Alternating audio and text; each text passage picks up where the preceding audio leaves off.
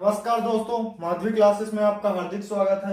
आज हम भारत के अवस्थिति एवं विस्तार को और आगे बढ़ाते हैं और भारत के राज्यों का क्रम देख लेते हैं, कहाँ पे कौन सा राज्य है। तो वर्तमान में राज्यों की संख्या है 28।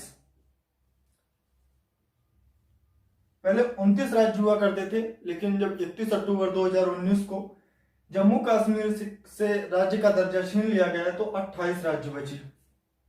उन्हीं 28 राज्यों को हम क्रम से देख लेते हैं, कहाँ पे कौन सा राज्य अवस्थित है।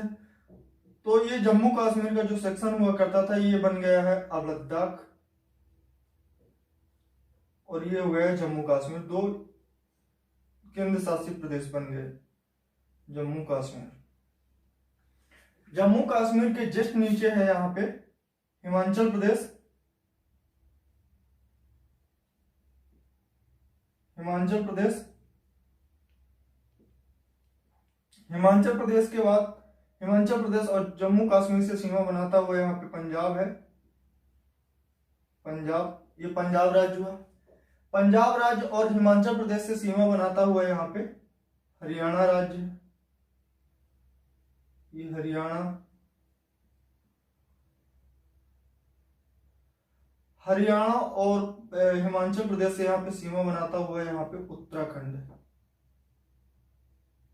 उत्तराखंड, ये उत्तराखंड राज्य हुआ। पंजाब हरियाणा से सीमा बनाता हुआ यहाँ पे राजस्थान राज्य है।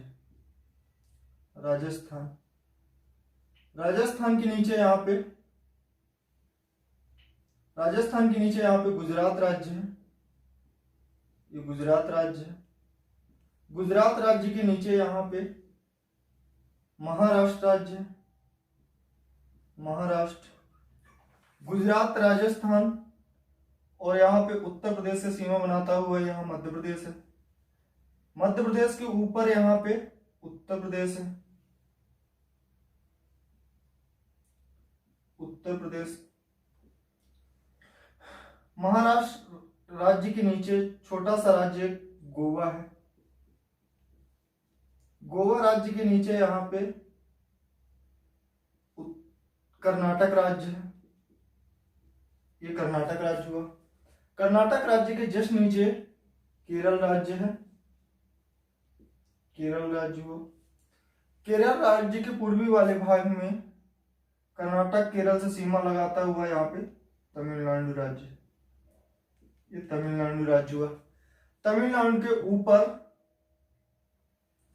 के ऊपर कर्नाटक से सीमा बनाता हुआ यहाँ पे ये आंध्र प्रदेश राज्य है। आंध्र प्रदेश, आंध्र प्रदेश महाराष्ट्र कर्नाटक से सीमा बनाता हुआ छत्तीसगढ़ से भी सीमा बनाता है ये तेलंगाना राज्य। तेलंगाना राज्य आंध्र प्रदेश से दो अलग होकर 2 जून 2014 को एक 29वां राज्य बना था, लेकिन जब जम्मू कश्मीर से राज्य का दर्जा छीन लिया गया तो अब 28 राज्य बचे। ये पहले 29 राज्य थे। यहाँ उत्तर प्रदेश से सीमा बनाते हुए कुछ यहाँ पे ऐसे छत्तीसगढ़ है। छत्तीसगढ़, उत्तर प्रदेश से सीमा बनाता हुआ यहाँ पे बिहार है। बिहार, बिहार के बाद यहाँ झारखंड है। बिहार, झारखंड जो है उत्तर प्रदेश, बिहार, छत्तीसगढ़ और उड़ीसा पश्चिम बंगाल से सीमा बनाता है। यहाँ उड़ीसा राज्य है। ये पश्चिम बंगाल है। अब हम नॉर्थ ईस्ट में चलते हैं तो ये सिक्किम राज्य हुआ। 7 सिस्टर का एक भाई सिक्किम। सिक्किम राज्य, सिक्किम राज्य के जस्ट नीचे ये यहाँ पे लगा हुआ एक ऐसी कुछ सीमा बनाता है ये। यहाँ पे ये राज्य है असम, और ये भारत का सबसे पूर्वी राज्य है अरुणाचल प्रदेश। अरुणाचल प्रदेश, अरुणाचल प्रदेश के जस्ट नीचे है नागालैंड राज्य, ये हुआ नागालैंड। नागालैंड के नीचे है मणिपुर राज्य, यहाँ पे मणिपुर राज्य है। मणिपुर राज्य के बाद यहाँ पे मिजोरम राज्य। मिजोरम के बाद ये है त्रिपुरा राज्य। त्रिपुरा राज्य के बाद यहाँ पे मेघालय राज्य। ये भारत के 28 राज्य हो गए। वर्तमान में केंद्र शासित प्रदेश 9 है। केंद्र शासित प्रदेश, केंद्र शासित प्रदेश की संख्या 9 है। ये नवों केंद्र शासित प्रदेश को देख लेते हैं। तो पहला हो गया लद्दाख, दूसरा हो गया जम्मू कश्मीर, तीसरा यहाँ पे दिल्ली है, चौथा यहाँ पे चंडीगढ़ है। यहाँ पे द्वीप है और यहाँ पे दमन है, दोनों को मिला के दमन द्वीप एक केंद्र शासित प्रदेश है। दमन द्वीप, दमन द्वीप के नीचे यहाँ पे दादर नागर हवेली है। दादर नागर हवेली। अरब सागर पे यहाँ पे लक्षद्वीप समूह है। लक्षद्वीप समूह जो एक केंद्र शासित प्रदेश है, तो ये है लक्षद्वीप। और बंगाल की खाड़ी में यहाँ पे अवस्थित है अंडमान निकोबार द्वीप समूह। अंडमान निकोबार द्वीप समूह, ये अंडमान निकोबार द्वीप समूह है। ये भी एक केंद्र शासित प्रदेश है।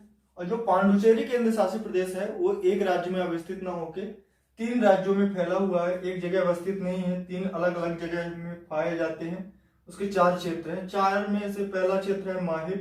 माहे ये केरल राज्य में अवस्थित है।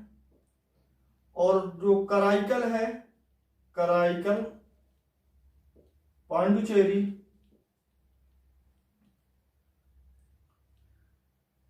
पांडुचेरी ये दोनों तमिलनाडु राज्य में है।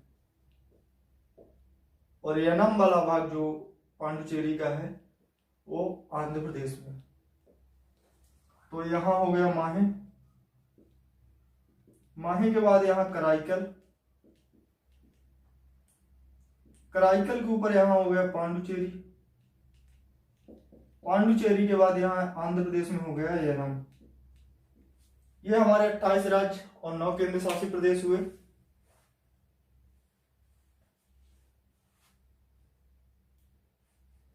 अब हम देखते हैं भारत के सबसे बड़े राज्य क्षेत्रफल की दृष्टि से। क्षेत्रफल की दृष्टि से सबसे बड़े राज्य, सबसे बड़े राज्य कौन कौन से हैं? तो सबसे बड़ा राज्य राजस्थान है। राजस्थान के बाद दूसरे नंबर में है मध्य प्रदेश। मध्य प्रदेश दूसरे नंबर में। मध्य प्रदेश के बाद है महाराष्ट्र। और महाराष्ट्र के बाद आता है उत्तर प्रदेश। ये 4 सबसे बड़े राज्य हो गए। क्षेत्रफल में सबसे छोटा राज्य, सबसे छोटे राज्य, तो सबसे छोटा राज्य है क्षेत्रफल में गोवा। ये गोवा अवस्थित है। दूसरे नंबर में सिक्किम है। तीसरे नंबर में त्रिपुरा है। तो गोवा, गोवा के बाद सिक्किम, सिक्किम के बाद त्रिपुरा। ये क्षेत्रफल में सबसे छोटे राज्य हो गए। क्षेत्रफल की दृष्टि से सबसे बड़ा, क्षेत्रफल की दृष्टि से सबसे बड़ा केंद्र शासित प्रदेश यूनियन टेरिटरी कौन सा है? अंडमान निकोबार द्वीप समूह। अंडमान निकोबार द्वीप समूह। क्षेत्रफल की दृष्टि से सबसे छोटा यूटी। क्षेत्रफल की दृष्टि से सबसे छोटा, ये बड़ा है, ये सबसे छोटा। सबसे छोटा है लक्षद्वीप। लक्षद्वीप सबसे छोटा यूटी है। सबसे छोटा यूटी कौन सा है? लक्षद्वीप। क्षेत्रफल की दृष्टि से सबसे बड़ा जिला है गुजरात का कच्छ जिला। कच्छ जिला ये भारत का क्षेत्रफल की दृष्टि से सबसे बड़ा जिला है। माहे जिला, पांडुचेरी का माहे जिला क्षेत्रफल की दृष्टि से सबसे छोटा जिला है।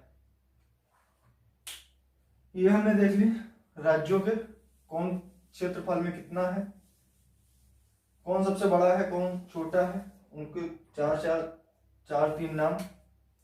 अब हम बात करते हैं किस देश से के साथ कितनी सीमा साझा करता है। कल भी हमने देखा था, आज एक बार रिवीजन भी हो जाएगा और स्पष्ट भी हो जाएगा। तो पाकिस्तान के साथ 3323 सीमा साझा करता है भारत। कौन कौन से राज्य पाकिस्तान देश के साथ लगते हैं? तो यहां से गुजरात से शुरू होती है। गुजरात, गुजरात के बाद राजस्थान, राजस्थान के बाद पंजाब, पंजाब के बाद जम्मू कश्मीर, जम्मू कश्मीर के बाद लद्दाख, यहाँ तक पाकिस्तान की सीमा है। और लद्दाख में 106 किलोमीटर की सीमा साझा करता है अफगानिस्तान। अफगानिस्तान मात्र 106 किलोमीटर की लद्दाख यूनियन टेरिटरी के साथ सीमा साझा करता है। चीन के भारत के साथ सीमा बनती है 3488 किलोमीटर की। कौन कौन से राज्य उसमें आते हैं? तो लद्दाख यूटी, ये लद्दाख यूटी से सीमा हो गई। लद्दाख यूटी के बाद यहाँ पे हिमाचल प्रदेश है, हिमाचल प्रदेश के बाद उत्तराखंड है।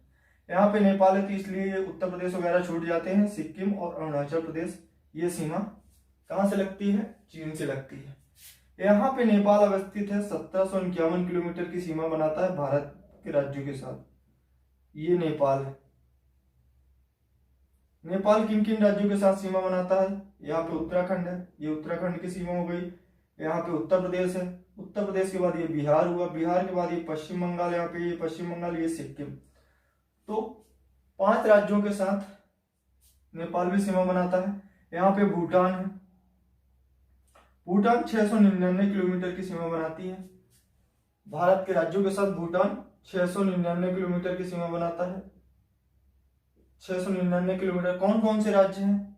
सिक्किम के साथ सीमा बनाता है, यहाँ पे छोटी सी सीमा लगती है, पश्चिम बंगाल के साथ, असम के साथ और अरुणाचल प्रदेश के साथ। कल हमसे बाय मिस्टेक यहाँ पे पश्चिम बंगाल छूट गया था, उसके लिए हम माफी चाहते हैं। आज हम इसीलिए पुनः देख रहे हैं कि भूटान किन किन देशों के साथ, किन किन राज्यों के साथ सीमा को बनाता है। तो सिक्किम के साथ सीमा बनाता है, सिक्किम के बाद पश्चिम बंगाल के साथ सीमा बनाता है, पश्चिम बंगाल के बाद असम के साथ सीमा बनाता है, असम के बाद अरुणाचल प्रदेश से सीमा बनाता है, अरुणाचल प्रदेश से सीमा बनाता है। यहाँ पे म्यांमार है, म्यांमार 1643 किलोमीटर की सीमा भारत के साथ बनाता है। अरुणाचल प्रदेश यहाँ से सीमा म्यांमार की शुरू होती है, अरुणाचल प्रदेश से नागालैंड, नागालैंड के बाद मणिपुर, मणिपुर के बाद मिजोरम, यहाँ तक अरुणाचल प्रदेश की सीमा है। बांग्लादेश 4096 किलोमीटर की भारत के साथ सर्वाधिक सीमा बनाने वाला देश है बांग्लादेश। बांग्लादेश भारत के साथ सर्वाधिक सीमा बनाने वाला देश है। तो बांग्लादेश, मिजोरम, मिजोरम के बाद त्रिपुरा, त्रिपुरा के बाद मेघालय, मेघालय के बाद असम, असम के बाद पश्चिम बंगाल, इन राज्यों से सीमा बनाता है। पश्चिम बंगाल, त्रिपुरा, त्रिपुरा, मिजोरम, मिजोरम के बाद है असम, असम के बाद है मेघालय। ये बांग्लादेश से सीमा बनाने वाले राज्य हैं। एक ऐसा राज्य जो तीनों ओर अंतरराष्ट्रीय सीमा से घिरा हुआ राज्य है त्रिपुरा। यहाँ पे स्पष्ट हो रहा है कि त्रिपुरा यहाँ पे पूरा, जब मिजोरम तक की सीमा बांग्लादेश की लगती है तो त्रिपुरा को तीनों ओर से घिरे हुए है। एक साइड से मात्र त्रिपुरा की सीमा भारत की सीमा से लगती है, बाकी 3 ओर से अंतरराष्ट्रीय सीमा से घिरा हुआ है। तो तीनों ओर से अंतरराष्ट्रीय सीमा लगा राज्य, तीनों ओर से अंतरराष्ट्रीय सीमा से घिरा, अंतरराष्ट्रीय सीमा से घिरा राज्य है। सीमा से घिरा राज्य कौन सा है? त्रिपुरा। ये जो त्रिपुरा की सीमा रेखा है इसको जीरो लाइन, त्रिपुरा की सीमा रेखा को, और त्रिपुरा की सीमा रेखा को जीरो, शून्य रेखा, शून्य रेखा या जीरो लाइन कहा जाता है, जीरो लाइन कहा जाता है।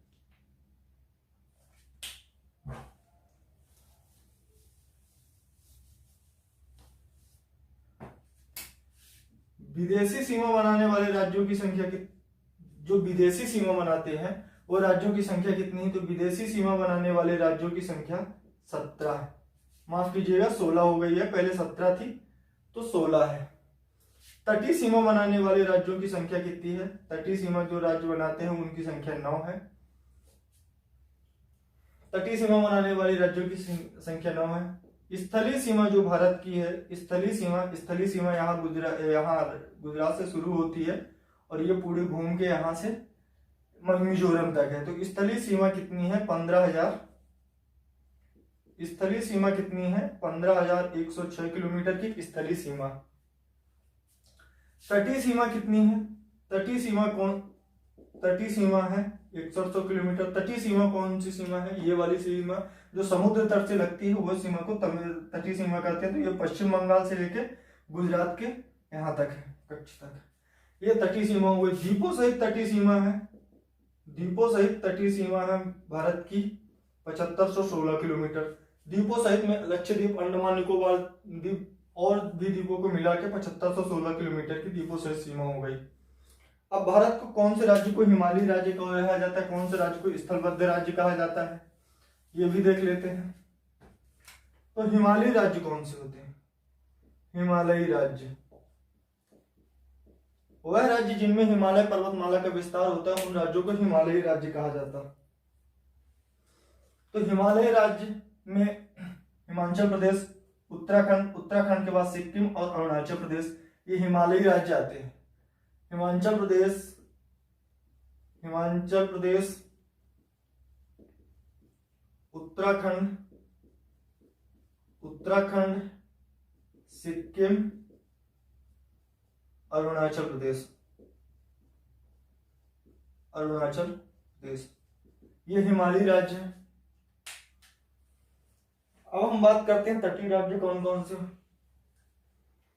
तो जो समुद्र तट में स्थित राज्य है उनको तटीय राज्य की संज्ञा दी जाती है। तो ये गुजरात के यहाँ से लेकर शुरू होता है तक, तो गुजरात, महाराष्ट्र, गोवा, गोवा के बाद कर्नाटक, कर्नाटक के बाद केरल भी तटीय राज्य है, केरल के बाद तमिलनाडु तटीय राज्य है, तमिलनाडु के बाद आंध्र प्रदेश तटीय राज्य है, और उड़ीसा तटीय राज्य है, पश्चिम बंगाल भी तटीय राज्य। ये तटीय राज्य हमने देख लिए, तटीय राज्य।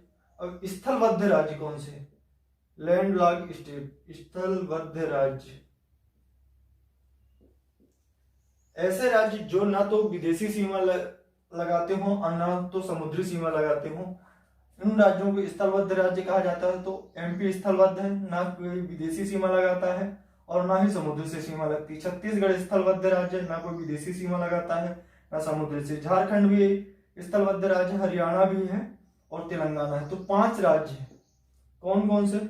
मध्य प्रदेश, मध्य प्रदेश के बाद छत्तीसगढ़, छत्तीसगढ़ के बाद झारखंड, झारखंड, झारखंड के बाद तेलंगाना, तेलंगाना के बाद, तेलंगाना के बाद है हरियाणा। ये स्थलबद्ध राज्य हो गए।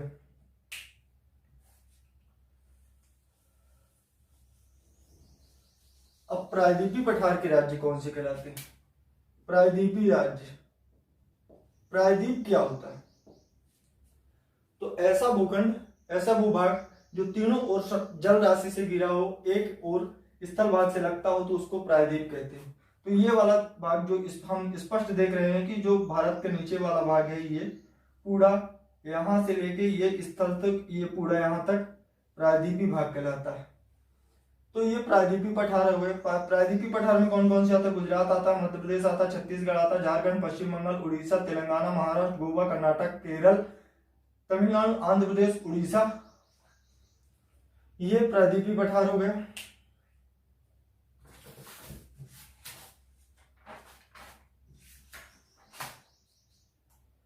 अब हम देख लेते हैं कर्क रेखा किन किन राज्यों से होकर गुजरती है। तो हमने कल भी देखा था कर्क रेखा 4 राज्यों से गुजरती है। तो कर्क रेखा, माफ कीजिए, कर्क रेखा 8 राज्यों से गुजरती है। वो 8 राज्य कौन कौन से, उनको देख लेते हैं, क्रम से देख लेते हैं। एक बार मैप बना ही है हमारे पास। तो गुजरात से निकलती, गुजरात के बाद राजस्थान से थोड़ी सी सीमा लगाती है, फिर मध्य प्रदेश, मध्य प्रदेश के बाद छत्तीसगढ़, छत्तीसगढ़ के बाद झारखंड, झारखंड के बाद पश्चिम बंगाल, पश्चिम बंगाल के बाद त्रिपुरा, त्रिपुरा के बाद मिजोरम। किन किन राज्यों से गुजरती है क्रम से लिख लेते हैं। राजस्थान, राजस्थान के, माफ कीजिएगा, सबसे शुरुआत होती है गुजरात से, तो हम क्रम से लिखते हैं गुजरात, गुजरात के बाद राजस्थान में, राजस्थान के बाद, राजस्थान के बाद कैसे गुजरती है? मध्य प्रदेश से, मध्य प्रदेश के बाद छत्तीसगढ़, छत्तीसगढ़ के बाद झारखंड, झारखंड के बाद पश्चिम बंगाल, पश्चिम बंगाल के बाद गुजरती है त्रिपुरा, और त्रिपुरा के बाद गुजरती है, त्रिपुरा के बाद मिजोरम। ये 8 राज्य हो गए। एक क्वेश्चन पूछा जाता है स्टेट पीसीएस में, किस राज्य की राजधानी कर्क रेखा में अवस्थित है। तो झारखंड की जो राजधानी है रांची, रांची झारखंड की राजधानी रांची कर्क रेखा में अवस्थित है। एक स्टेट और क्वेश्चन पूछा जाता, कौन सी नदी कर्क रेखा को काटती है? तो माही नदी कर्क रेखा को काटती है। ये कर्क रेखा से हो गया क्वेश्चन। अब हम मानक समय रेखा के बारे में बात कर लेते हैं। भारत का मानक समय, भारत का मानक समय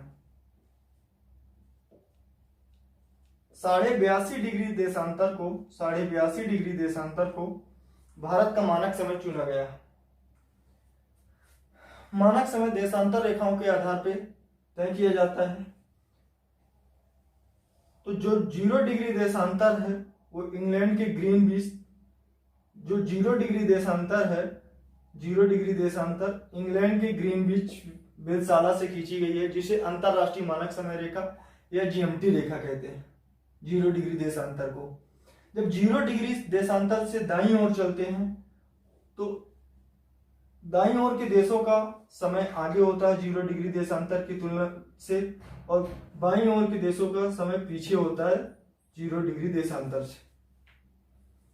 तो भारत की अवस्थिति है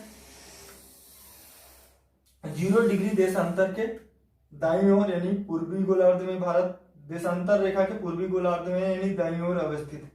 82.5 डिग्री यहाँ पे है, ये 82.5 डिग्री है। भारत के मानक समय कितना लिया गया? 82.5 डिग्री। हम जानते हैं भारत का देशांतरिक विस्तार है 68 डिग्री 7 मिनट से लेके 97 डिग्री 25 मिनट। इसमें एक्चुअल अंतर देखा जाए तो 29 डिग्री 18 मिनट का आता है, जो समथिंग 30 मिनट के माना जाता है। हमारी पृथ्वी 360 डिग्री 24 घंटे में घूर्णन करती है। यानी अगर 82.5 डिग्री में सूर्य दोपहर के 12 बजे लंबवत चमक रहा तो अगले 24 घंटे बाद 82.5 डिग्री में फिर से सूर्य लंबवत चमकेगा। तो हमारी पृथ्वी 360 डिग्री 24 घंटे में घूर्णन करती है। एक घंटे में कितना घूर्णन करेगी? एक घंटे में 15 डिग्री घूर्णन करती है। यही 15-15 डिग्री अंश के अंतराल पर संपूर्ण विश्व के मानचित्र में 24 बराबर भागों में विभक्त किया गया है। यानी 24 बराबर भागों में विभक्त किया जाए तो 15-15 डिग्री के अंतराल है। हमारी पृथ्वी एक घंटे में 15 डिग्री का घूर्णन करती है, 15 डिग्री का घूर्णन करती है। तो अगर यहाँ पे सूर्य 5 बजे उगता है तो 30 डिग्री घूर्णन करने में पृथ्वी को 2 घंटे लग जाएंगे। सूर्य का प्रकाश यहाँ 5 बजे पड़ता है तो 30 डिग्री चलने में, जब 30 डिग्री घूर्णन करेगी पृथ्वी तब तो सूर्य का प्रकाश यहाँ पहुंचेगा, तो इसको 2 घंटे लग जाएंगे। यानी 5 बजे अगर यहाँ सूर्य उगता है तो यहाँ 7 बजे उगेंगे। तो समय की एक रूपता को बनाए रखने के लिए मानक समय का यूज किया जाता है, इसलिए इससे बीचों बीच का समय लिया गया 82.5 डिग्री। अब 82.5 डिग्री ही क्यों लिया गया? 83 क्यों नहीं लिया गया? तो उसके पीछे एक रीजन है। 82.5 डिग्री लेने का रीजन ये है कि जो समय लिया जाता है वो 7.5 डिग्री के गुणज में लिया जाता है। गुणज में जैसे सपोज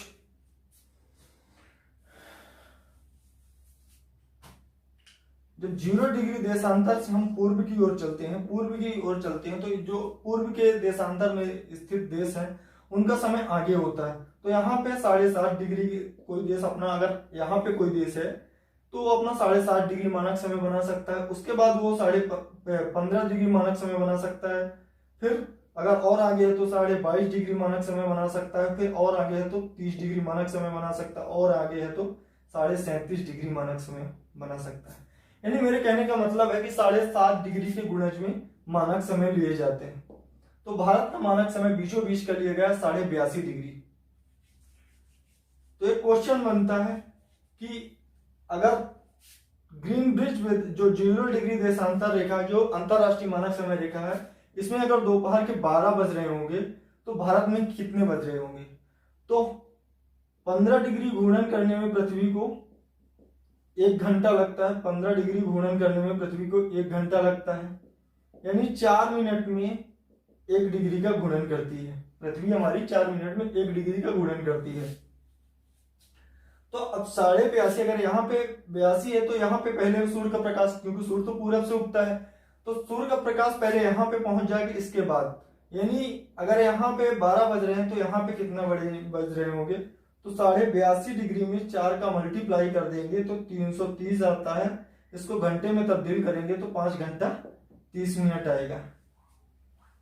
यानी जब अंतरराष्ट्रीय मानक समय रेखा में 12:30 बज रहे होंगे तब भारत में 5:30 बज रहे होंगे, क्योंकि यहाँ सूर्य का प्रकाश पहले ही पड़ चुका होगा, सूर्य का प्रकाश पहले ही पड़ चुका होगा। क्योंकि देशांतर रेखा से 0 डिग्री देशांतर रेखा से आगे जाने पर समय आगे बढ़ता है, तो यहाँ के जो ये राज्य होंगे, इससे आगे के भी जो राज्य होंगे उनका समय भी, मतलब 1 डिग्री, अगर 1 डिग्री देशांतर का डिफरेंस पड़ता है तो उसमें 4 मिनट का समय लगेगा। तो 82 डिग्री देशांतर का भारत के मानक समय में और अंतरराष्ट्रीय मानक समय में 82 डिग्री का अंतर है, यानी 82 को हम 4 से मल्टीप्लाई करते हैं तो 5.5 घंटे आता है। यानी अंतरराष्ट्रीय मानक समय से भारत का मानक समय 5.5 घंटे आगे है। अब देख लेते हैं अंतरराष्ट्रीय मानक समय रेखा किन किन राज्यों से गुजरती है। तो अंतरराष्ट्रीय मानक समय रेखा 5 राज्यों से गुजरती है। वो 5 राज्य कौन कौन से हैं?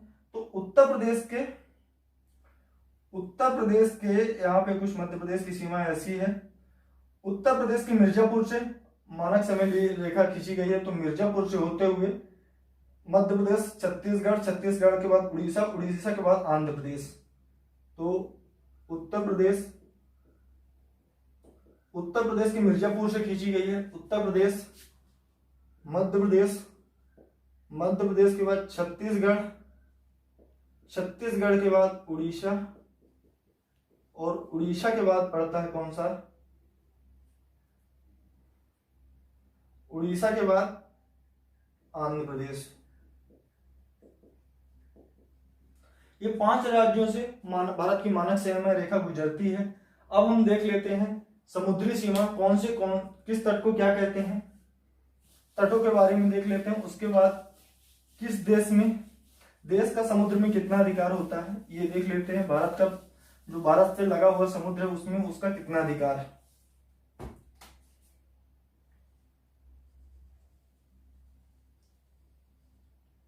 ये हुआ तटीय क्षेत्र। यहाँ पे कच्छ की खाड़ी है। खाड़ी क्या होती है? छोटी सक्रिय जलराशि को खाड़ी कहते हैं, जो तीनों ओर से स्थल से घिरी हो। छोटी सक्रिय जलराशि को, इसके ये जो जलराशि इसके हम देख रहे हैं कि तीनों ओर स्थल से घिरी हुई है, तो छोटी सक्रिय जलराशि को खाड़ी कहते हैं। यहाँ पे खंभात की खाड़ी है, और ये जो तट है, ये वाला तट, इसको हम कहते हैं काठियावाड़ तट। ये हो गया काठियावाड़ तट। और महाराष्ट्र और गोवा के तट को हम क्या कहते हैं? कोंकण तट। और कर्नाटक के तट को हम क्या कहते हैं? कर्नाटक के तट को कन्नड़ तट कहते हैं, कन्नड़ तट। और केरल के तट को हम क्या कहते हैं? मालाबार तट।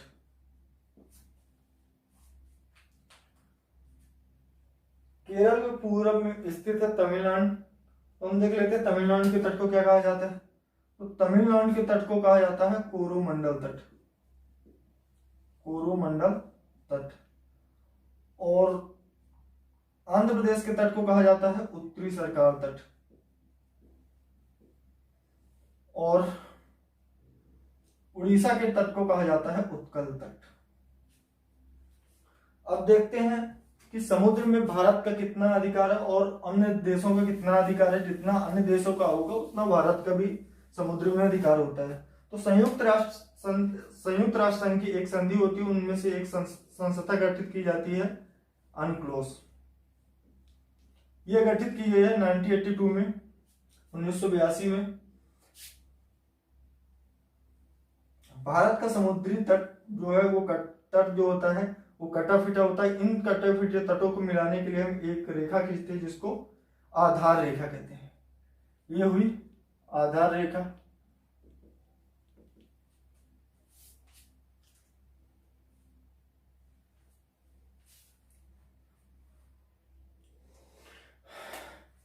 आधार रेखा से 12 समुद्री मील, आधार रेखा से 12 समुद्री मील में एक रेखा होती है, उसको हम कहते हैं प्रादेशिक सीमा। प्रादेशिक सीमा। इस क्षेत्र में किसी भी देश का संपूर्ण अधिकार होता है, देश का संपूर्ण अधिकार होता है। आधार रेखा से 24 समुद्री मील में होती है, 24 समुद्री मील, 24 समुद्री मील में होती है संलग्न क्षेत्र, संलग्न क्षेत्र या अविच्छिन्न मंडल। इस क्षेत्र में क्या क्या अधिकार होता है? तो साफ सफाई करने का अधिकार होता है, साफ सफाई का अधिकार होता है। साफ सफाई के अधिकार क्या होता है? के अलावा वित्तीय अधिकार होता है, वित्तीय अधिकार होता है। वित्तीय अधिकार के बाद और क्या अधिकार होता है? तो सीमा शुल्क वसूलने का अधिकार होता है, सीमा शुल्क। ये संलग्न क्षेत्र जो आधार रेखा से 24 समुद्री मील होते हैं, तो इनमें साफ सफाई का अधिकार, वित्तीय अधिकार और सीमा शुल्क करने का अधिकार होता है। और आधार रेखा से 200 समुद्री मील, आधार रेखा से जो 200 समुद्री मील दूर एक रेखा है, उसको कहते हैं, हम क्या कहते हैं? अनन्य आर्थिक क्षेत्र, अनन्य आर्थिक क्षेत्र, एक्सक्लूसिव इकोनॉमिक जोन, EEZ। इसमें क्या क्या अधिकार होता है? तो द्वीपों का निर्माण का इसमें अधिकार होता है, प्राकृतिक संसाधन के दोहन का अधिकार होता है, जैसे पेट्रोलियम खनिज वगैरह 200 समुद्री मील तक हम निकाल सकते हैं, और द्वीपों का निर्माण कर सकते हैं 200 समुद्री मील तक। और क्या अधिकार होता है इसमें? वैज्ञानिक अनुसंधान, कोई भी वैज्ञानिक अनुसंधान हम 200 समुद्री मील तक कर सकते हैं, वैज्ञानिक अनुसंधान का अधिकार होता है। 200 समुद्री मील के बाद जो समुद्र होता है, उसमें सभी देशों का बराबर का अधिकार होता है, सभी देशों का बराबर अधिकार होता है।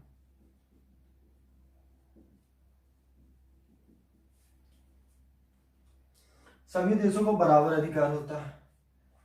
अब कुछ फैक्ट, एक आध दो फैक्ट और हम उनको भी देख लेते हैं।